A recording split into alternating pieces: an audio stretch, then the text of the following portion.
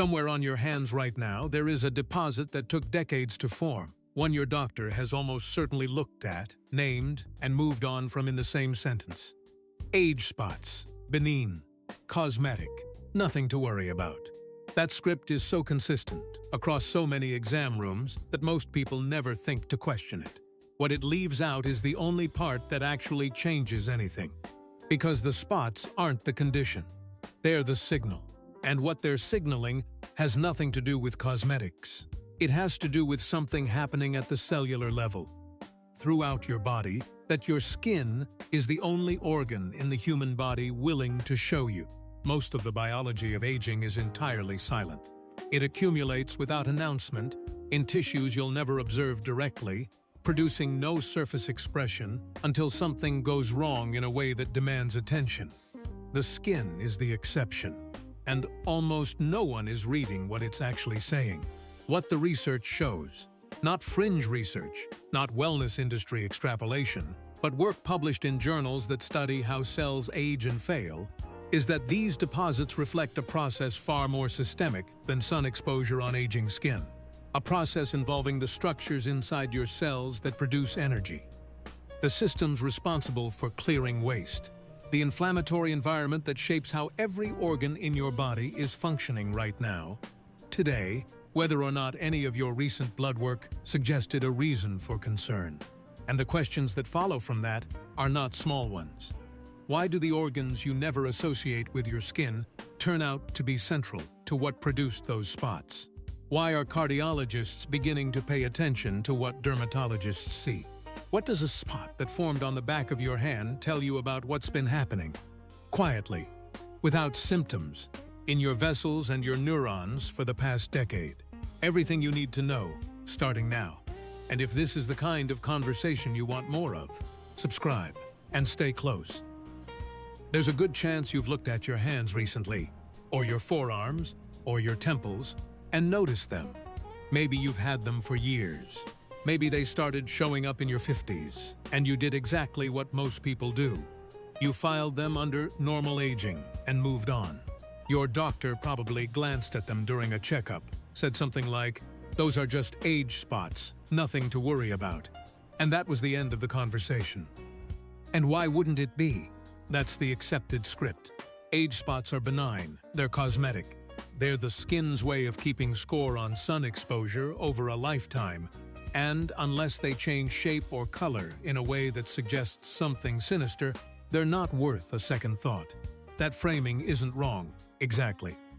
But it's incomplete in a way that matters, and the part that's missing is the part this conversation is about. The medical term you'll see in most literature is solar lentigines. Sometimes senile lentigines, which has a certain bluntness to it. The conventional explanation goes like this. Years of ultraviolet exposure cause localized clusters of melanocytes, the cells responsible for pigment, to become overactive. They produce excess melanin in specific spots. The pigment accumulates, and you end up with flat, darkened patches on the areas most exposed to sun over the course of your life. Hands, face, shoulders, forearms. The explanation is accurate as far as it goes. UV radiation really is a primary driver. Melanocyte behavior really does change with age and cumulative exposure. But here's where the standard explanation stops, and where this conversation starts.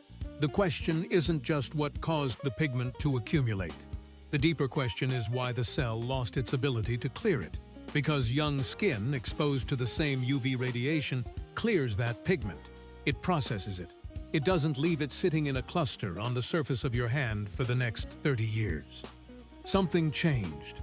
Not just in your skin, but in the fundamental biology underneath it. And that change is the real story. Most people over 50 have been conditioned to think about age spots the way they think about gray hair. An aesthetic marker of time passing, inconvenient perhaps, but medically neutral. And that conditioning comes from a reasonable place. Dermatologists are, quite rightly, most concerned with distinguishing benign pigmentation from malignant change. That's the clinically urgent question. Once it's answered, the conversation typically ends. What doesn't get discussed in that exam room? Because there usually isn't time, or because it sits at the edge of what's considered actionable. is what the presence of those spots suggests about processes happening at the cellular level, throughout the body, not just on the skin. That's not a criticism of medicine.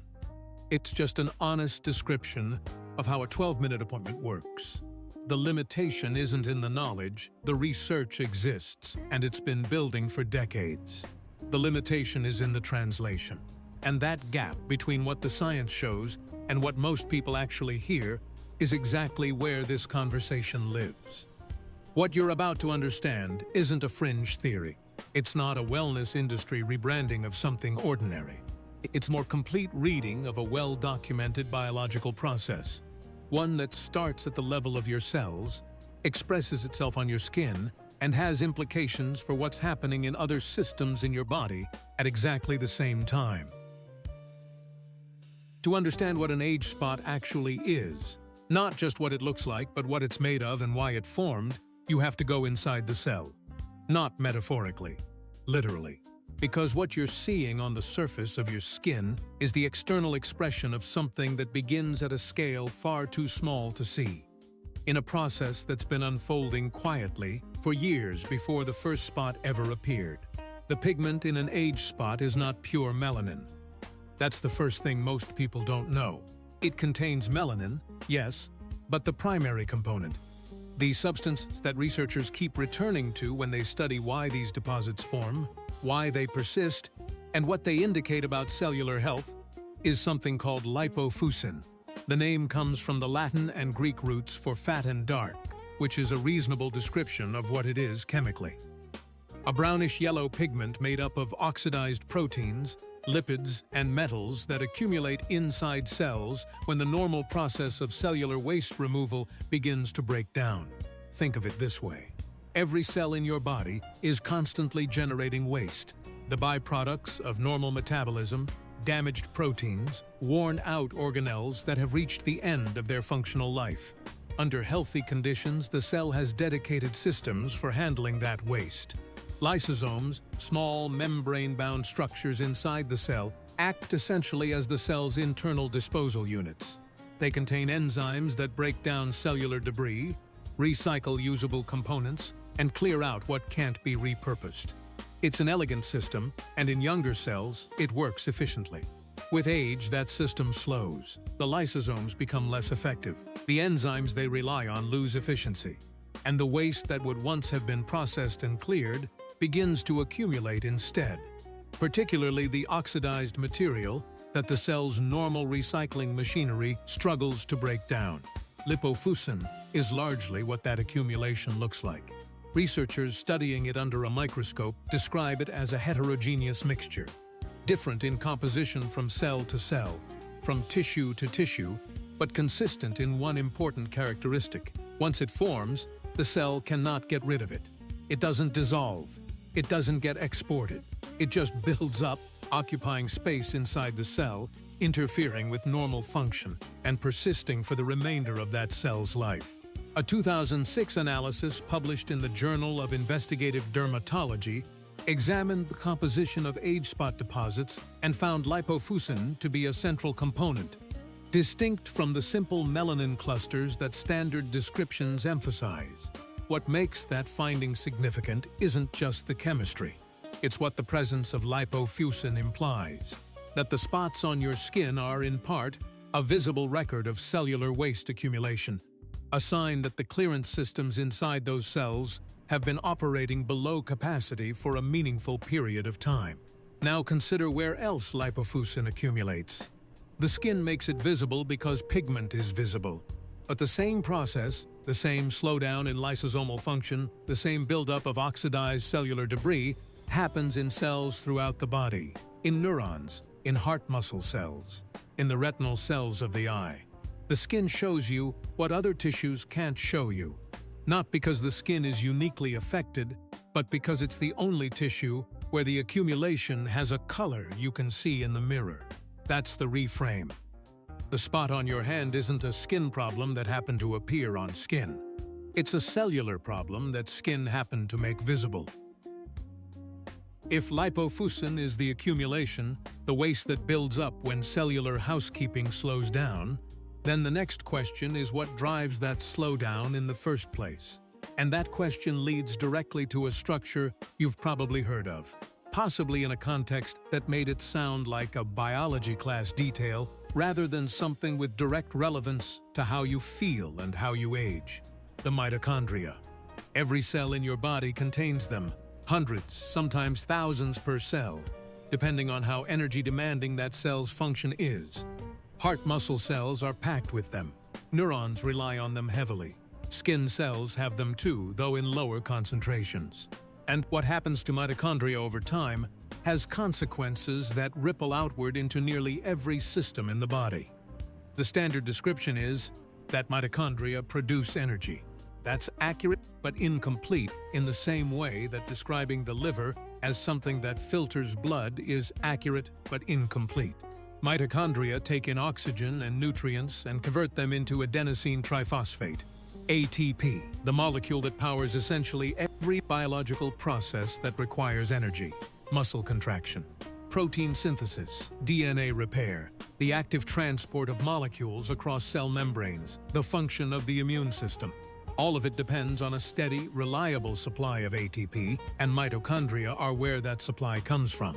Picture a power plant running continuously without a shutdown window, and like any system operating at that pace, it generates waste as a byproduct of its own operation. That waste takes the form of reactive oxygen species, molecules with unpaired electrons that are chemically unstable and highly reactive. In small quantities, they serve useful functions. They participate in cell signaling, they help the immune system attack pathogens. They play a role in regulating certain cellular processes. But when production outpaces the cell's ability to neutralize them, which is exactly what happens as mitochondrial function declines with age, they become a source of cumulative damage. They attack proteins, they oxidize lipids, they damage DNA, including the mitochondria's own DNA, which is particularly vulnerable because it sits close to the site of production and lacks the protective proteins that shield nuclear DNA. Damaged mitochondrial DNA produces less efficient mitochondria. Less efficient mitochondria produce more reactive oxygen species. The cycle compounds itself. The National Institute on Aging has identified mitochondrial dysfunction as one of the primary cellular hallmarks of aging, not a consequence of aging in the sense of something that happens after the fact, but a driver of it. As mitochondrial efficiency declines, cells produce less ATP, accumulate more oxidative damage, and become progressively less capable of performing the maintenance functions, including lysosomal clearance, that keep waste from building up. Which brings the story back to lipofuscin, because the same oxidized proteins and lipids that mitochondria increasingly fail to process cleanly are exactly the raw material from which lipofuscin is formed. There's a practical geometry to this that's worth sitting with. The spots on your skin represent a failure of cellular maintenance. That failure is downstream of declining mitochondrial function. And declining mitochondrial function isn't something that happens only in skin cells. It happens in every cell type throughout the body, at a pace that varies depending on genetics, lifestyle, cumulative exposures, and factors that researchers are still working to fully characterize. The skin makes the result visible. The process behind it is systemic. What accelerates mitochondrial decline faster than age alone? That's where the story gets both more complicated and more actionable. Because the answer isn't simply time. There's a term that appears constantly in the research on aging, on chronic disease, on skin biology. You've probably encountered it without much explanation attached. Oxidative stress. It gets used so frequently, across so many contexts, that it starts to sound like background noise rather than a specific, measurable biological state.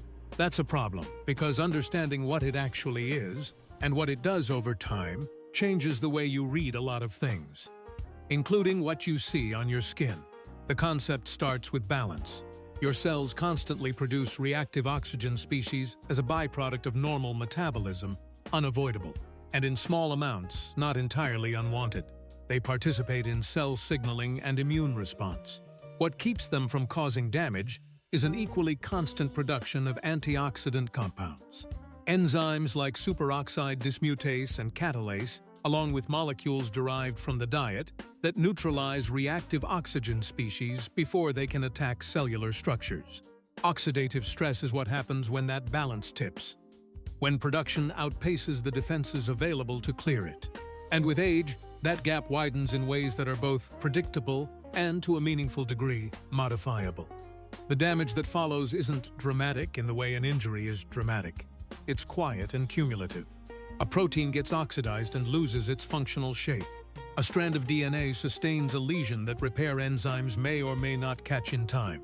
A lipid in a cell membrane gets peroxidized, altering its integrity and the integrity of everything that membrane is supposed to regulate. None of these events is individually catastrophic, but they accumulate, the way small structural failures accumulate in a building over decades. And the cumulative burden becomes increasingly difficult for the cell to reverse. A review published in Free Radical Biology and Medicine described oxidized proteins as central to lipofusin formation. The oxidized material that cells can't break down efficiently doesn't disappear. It cross-links with other damaged molecules, forming aggregates more resistant to degradation than their components were individually. Lipofusin is largely the end product of that process. Researchers have described its accumulation as a reflection of the cumulative oxidative history of the cell, which means the spots on your skin are, in part, a record of how long and how heavily that balance has been tipped in the wrong direction.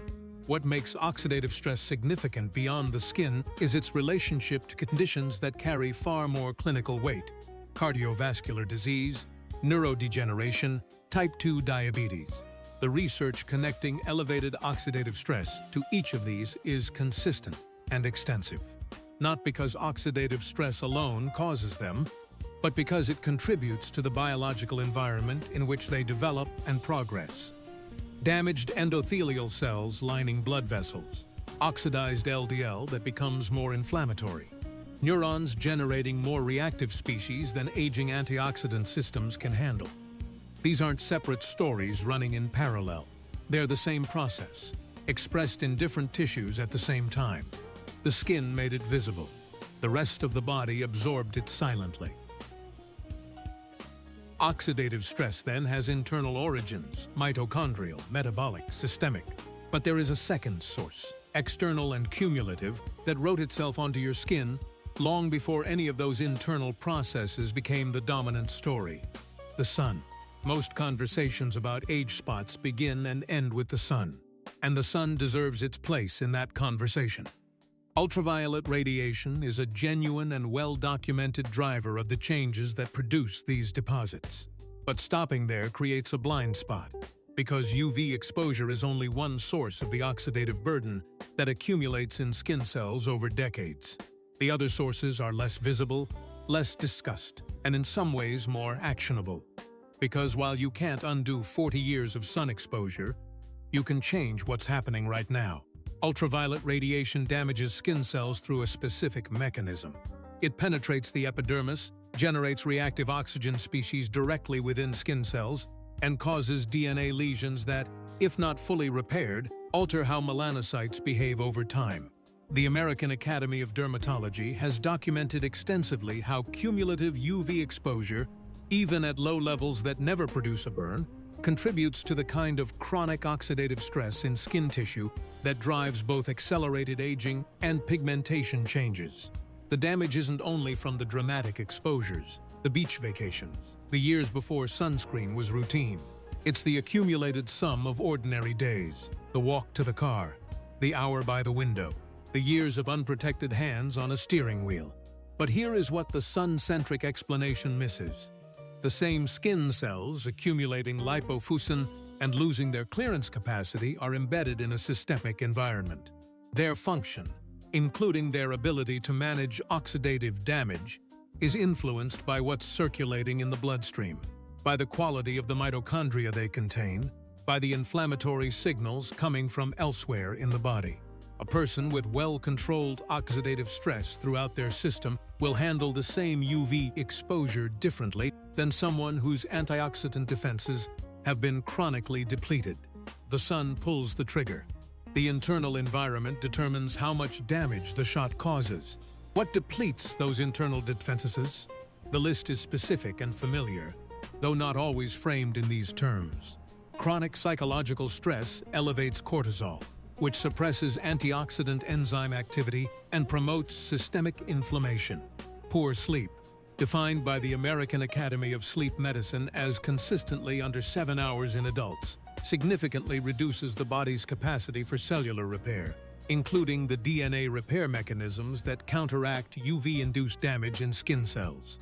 Diets low in polyphenols, carotenoids, and vitamins C and E deprive cells of the raw materials needed to sustain antioxidant defenses. Sedentary behavior reduces mitochondrial biogenesis, the body's process for generating new, more efficient mitochondria, leaving older, less efficient ones to handle increasing metabolic demand.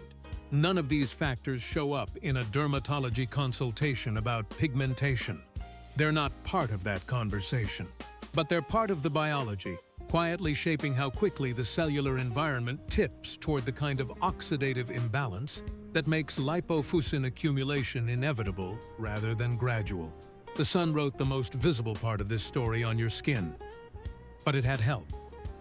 There is a word that appears with increasing frequency in the research on aging, on metabolic disease, on cardiovascular risk, and on neurodegeneration. A word that has moved, over the past 2 decades, from the margins of scientific literature to something closer to its center. Inflammation.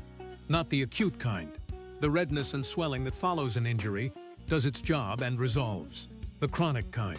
Low-grade, persistent, systemic inflammation that produces no obvious symptoms, generates no fever, causes no localized pain, and yet operates continuously in the background of the body's biology, quietly accelerating damage in tissues throughout the system.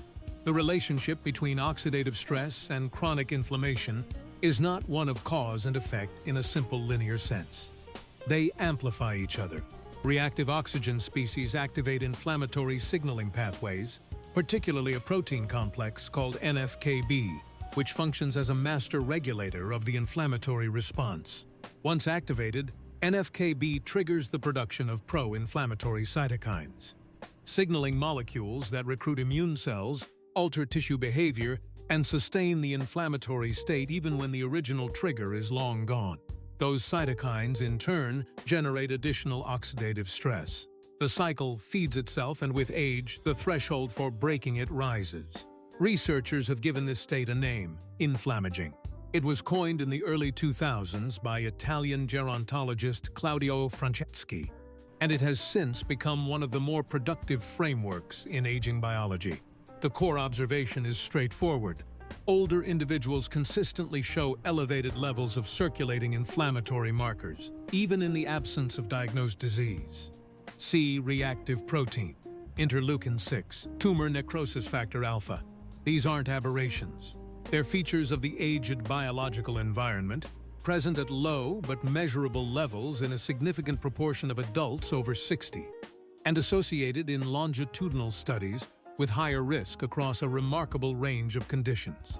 An analysis published in Nature Medicine examined inflammaging across multiple cohorts and found that elevated inflammatory markers in midlife were predictive of accelerated biological aging, independent of chronological age.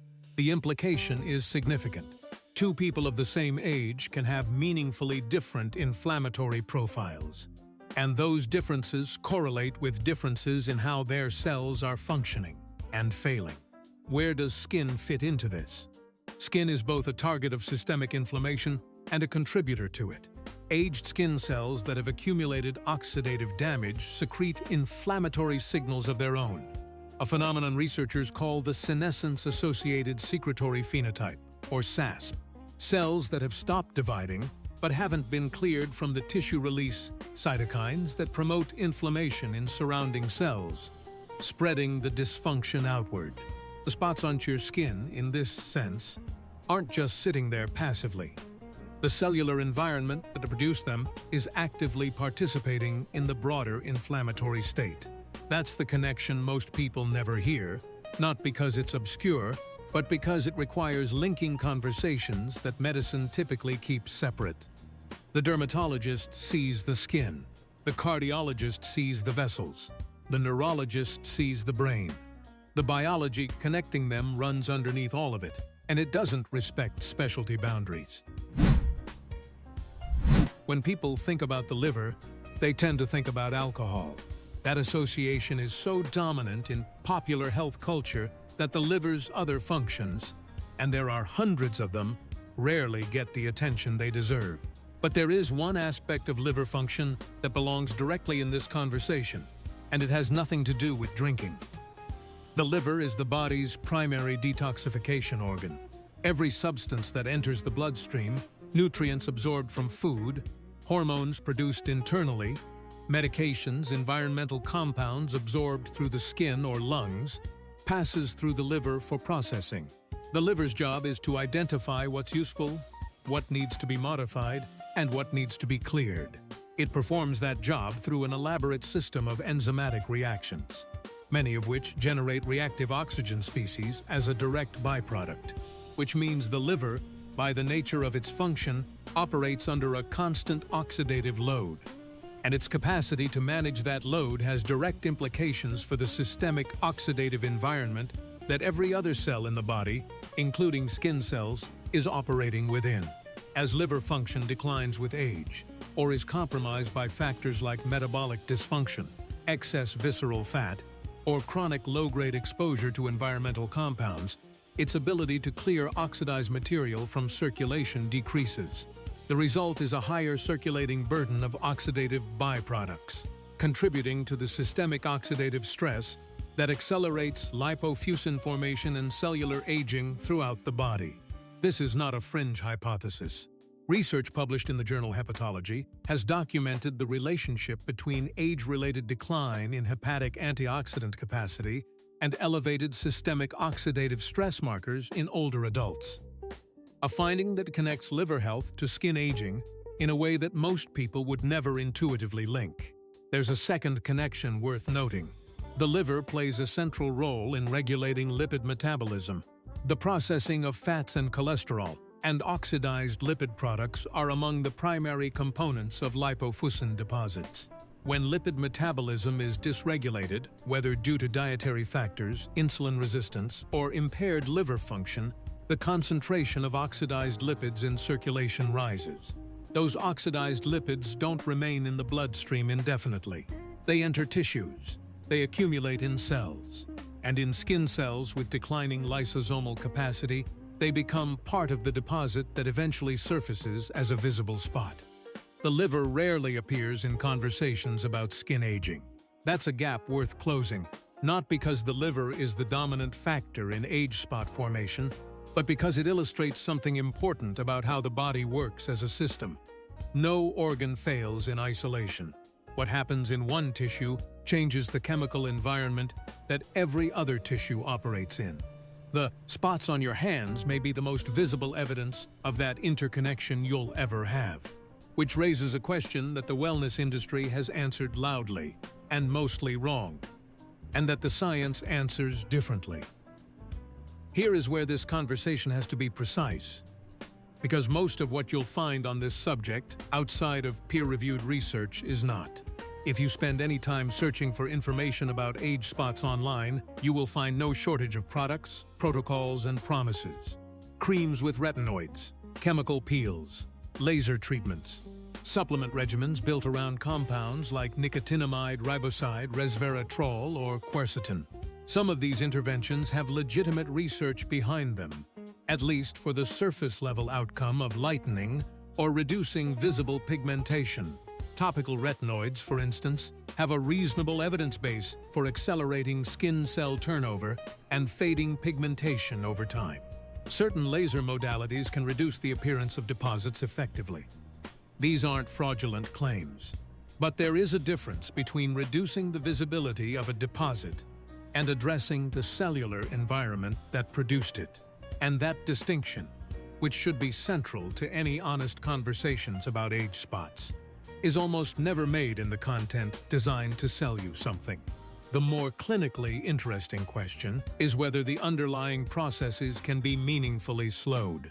Not reversed in the sense of erasing decades of accumulated damage, but slowed in the sense of shifting the trajectory, reducing the rate at which oxidative stress accumulates, improving mitochondrial function, supporting the lysosomal clearance systems that keep cellular waste from building up. Here the research is genuinely promising, though it comes with important caveats about the gap between what has been demonstrated in cellular studies and what has been confirmed in long-term human trials. Caloric restriction has shown consistent effects on markers of oxidative stress and mitochondrial function in animal studies. And some human data supports modest benefits from time-restricted eating patterns on inflammatory markers and cellular repair mechanisms. The National Institute on Aging has funded ongoing research into whether these effects translate meaningfully to human aging trajectories. The honest answer, as of now, is that the direction of evidence is encouraging, but the magnitude of effect in humans remains incompletely characterized. Exercise, specifically the combination of aerobic training and resistance work, has perhaps the strongest evidence base for supporting mitochondrial biogenesis and reducing systemic inflammatory markers in adults over 50. A review in the Journal of Physiology documented that regular moderate-intensity aerobic exercise increases the expression of antioxidant enzymes, improves mitochondrial efficiency, and reduces circulating markers of oxidative stress, effects that are measurable within weeks and sustained with continued activity. This doesn't make age spots disappear, but it does address, in a documented and meaningful way, the biological environment that produces them. The honest framing is this: the spots that are already there reflect a history that cannot be rewritten. What can be influenced is the rate at which that history continues to be written, and that influence, while real, requires consistency over time rather than any single intervention. Anyone telling you otherwise is selling something. If the biology described so far sounds abstract, something happening at a cellular level that you can't directly observe or control, this is the part of the conversation where it becomes concrete. Because the factors that accelerate oxidative stress, mitochondrial decline, and chronic inflammation are not random. They are not purely genetic. And several of the most consequential ones are things you encounter or choose every single day. Start with diet. Not in the sense of a weight loss framework, but in the specific sense of what the research shows about dietary patterns and oxidative load. Diets high in ultra-processed foods consistently elevate markers of systemic oxidative stress and inflammation.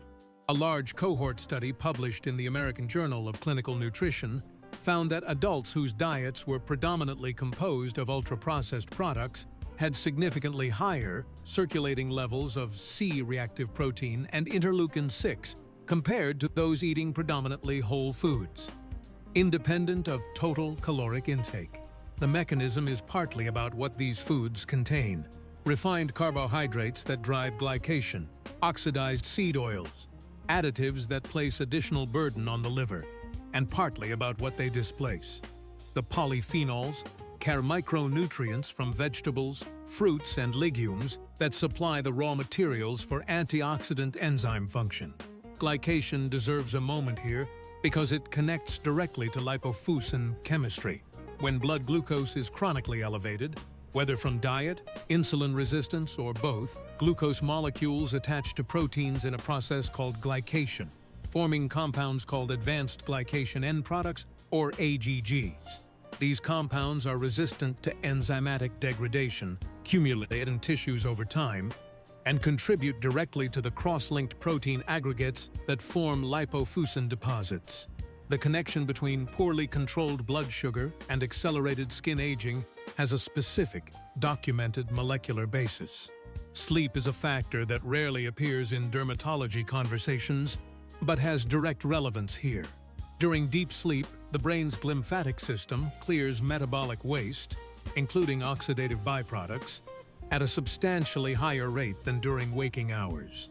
Research from the University of Rochester demonstrated that the glymphatic system is nearly 10 times more active during sleep. suggesting that chronic sleep deprivation leaves cellular waste inadequately cleared in tissues throughout the body. The American Academy of Sleep Medicine's recommendation of 7 to 9 hours for adults over 50 reflects the biological reality of how repair and clearance are scheduled. Smoking accelerates every process described in this conversation. It is one of the most potent drivers of systemic oxidative stress known, with measurable effects on mitochondrial DNA integrity and antioxidant enzyme activity. Alcohol, at chronic moderate to high intake, places sustained oxidative burden on the liver and depletes glutathione, the body's most important intracellular antioxidant. These are not moral judgments. They are mechanistic descriptions of inputs that shift the biology in a specific direction. What's worth sitting with is the cumulative nature of all of this. No single meal, no single night of poor sleep, no single stressful week causes measurable acceleration. It's the pattern over years that writes itself into the cellular record, through oxidized proteins, through glycated residues that the cell cannot break down, through AGGs that accumulate in the tissue long before any spot appears on the surface. The same record that eventually becomes visible on your skin. There is a particular kind of frustration that comes from leaving a doctor's appointment, feeling like the most important questions never got asked, not because the doctor was unhelpful, but because the visit was structured around what you presented, a symptom, a concern, a result, and the broader context never found its way into the room. For most people over 50, the conversation about age spots, if it happens at all, ends at reassurance. Benign, cosmetic, nothing to worry about. What doesn't follow is any discussion of what those spots might suggest about systemic processes worth monitoring. That gap isn't the doctor's fault. A primary care visit averages around 18 minutes, and the clinical priority is correct. Ruling out malignancy comes first. But once that box is checked, there are questions worth raising that most patients don't know to ask. Not as a challenge to the physician's judgment, but as a way of using the appointment more fully. One place to start is oxidative stress markers. Ask whether measuring high-sensitivity C-reactive protein, hs-CRP, might be appropriate given your age and history. This is a standard, inexpensive blood test that measures a key marker of systemic inflammation. It isn't diagnostic for any specific condition, but an elevated result, generally above 3 milligrams IL, is associated in the research literature with higher cardiovascular risk, accelerated biological aging, and increased likelihood of metabolic dysfunction. The American Heart Association considers hs-CRP a useful adjunct to traditional risk assessment in adults at intermediate cardiovascular risk. If yours has never been measured, it's worth knowing. From there, fasting glucose and hemoglobin A1C are worth raising explicitly. Given what you now understand about glycation and its role in accelerating lipofuscin formation and cellular aging, knowing where your blood sugar regulation stands is directly relevant, not just for diabetes screening, but as a window into the pace of glycative damage throughout your tissues. The American Diabetes Association recommends A1C screening every 3 years for adults over 45 without known risk factors, and annually for those with elevated risk. Many people in their 50s have never had this conversation framed in terms of cellular aging rather than disease screening. Liver function is the third thread worth pulling. A basic metabolic panel that includes liver enzymes, ALT and AST, gives a rough indication of whether the liver is operating under unusual stress. It's not a comprehensive assessment of hepatic antioxidant capacity, but it's a starting point, and it's almost always included in routine blood work without needing to be specifically requested. What may need to be specifically requested is a conversation about what the results mean in the context of metabolic health. Not just whether the numbers are within the normal range, but whether they're trending in a direction worth paying attention to. None of these questions require a specialist. They're within the scope of a primary care conversation, and a physician who takes them seriously will welcome them. The goal isn't to walk in with a diagnosis. It's to walk in with enough understanding of the underlying biology that the appointment becomes a more useful exchange, One where the spots on your hands are a starting point for a broader conversation rather than the end of one. There is a study that doesn't get cited often enough in conversations about skin aging and longevity. It comes from the Baltimore Longitudinal Study of Aging, one of the longest-running studies of human aging in existence, initiated by the National Institute on Aging in 1958, and still ongoing. Among its many findings over decades of follow-up is a consistent observation. The rate at which visible markers of biological aging appear on the body correlates, imperfectly but meaningfully, with the rate of aging in internal systems, skin aging and vascular aging, skin aging and cognitive trajectory, not because the skin causes those outcomes, but because they share upstream drivers, the same oxidative burden, the same inflammatory environment, the same mitochondrial decline operating across tissues simultaneously. This is the reframe that this entire conversation has been building toward. Age spots are not a skin condition with systemic implications as a footnote. They are a systemic condition with a skin expression as its most visible feature. The difference in framing is not semantic. It changes what questions you ask, what information you seek, and how you interpret what your body is showing you. Consider what it means to look at your hands differently. Not with alarm. The presence of age spots does not diagnose anything, does not predict any specific outcome, does not justify anxiety, but with a quality of attention that most people reserve for symptoms rather than signals. A signal is quieter than a symptom. It doesn't demand action the way pain does. It asks, instead, for a different kind of literacy, the ability to read what the body is communicating before it has to communicate louder. That literacy is what you've been building here. The understanding that lipofuscin is cellular waste made visible, that its accumulation reflects the combined history of oxidative stress, mitochondrial inefficiency, and declining clearance capacity in cells throughout your body, that the same biology expressing itself on your skin is operating in your vessels, your neurons, your liver, and that the factors shaping its trajectory are, to a meaningful degree, within your influence. Subscribe and keep this close. You're going to want to come back to it. If someone in your life is still looking at these spots and seeing only a cosmetic concern, send this to them today. But before this conversation ends, there is one more thing the research shows. Something that cardiologists and neurologists are beginning to take seriously, and that most people sitting in a dermatologist's office have never been told. The spots on your skin don't just reflect what has already happened. In ways that are now being documented, they anticipate what comes next. The biology of aging doesn't announce itself. It accumulates quietly, in deposits too small to see, in cells you'll never observe directly, in processes that produce no symptoms until they produce consequences. What your skin shows you is a rare exception to that rule, a moment when the interior becomes exterior, when something that was invisible becomes visible, when the body offers you a reading of itself that most of its systems never provide. You don't have to accept that reading passively. That's not a small thing. What that research is beginning to formalize is a distinction that medicine has been slow to act on.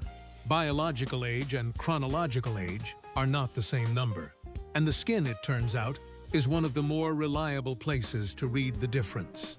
Researchers studying biological age have found that skin-based markers of cellular aging correlate with cardiovascular risk scores and rates of cognitive decline in ways that standard clinical assessments don't fully capture, not because the skin causes those outcomes, but because they share the same upstream drivers.